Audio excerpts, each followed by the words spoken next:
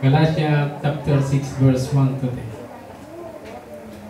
Mga kapatid, kung may isa sa inyo na mahulog sa pagkakasala, kayo pinapatnubayan ng Espiritu ang siyang magtuwid sa kanya.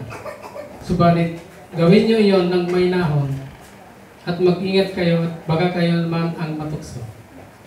Magtulungan kayo sa pagbuhat ng pasanin ng bawat isa.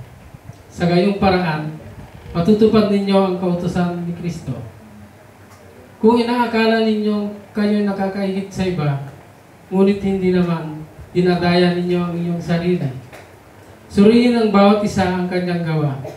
Sa gayon, ang kanyang kagalakan ay nakabatay sa kanyang gawa. At huwag na niyang ihambing pa iyon sa gawa ng iba. Sapagkat ang bawat isa ay dapat magdala ng kanyang dalahin.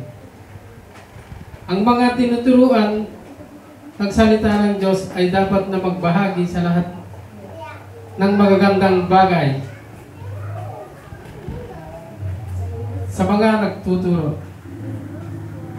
Huwag ninyong linlangin ang iyong sarili. Hindi maaaring tuyain ang Diyos.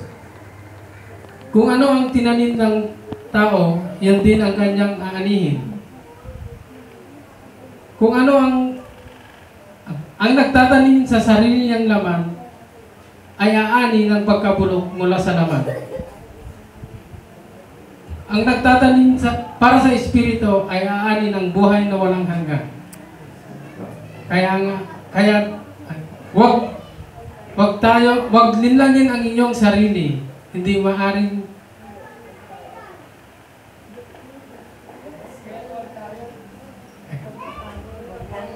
kaya't huwag tayong mapagod sa paggawa ng mabuti, sapagkat pagdating ng takdang panahon, tayo ay aani kung hindi tayo susuko.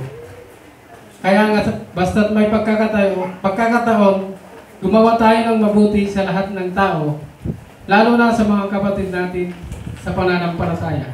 Galatia chapter 6 verse 1.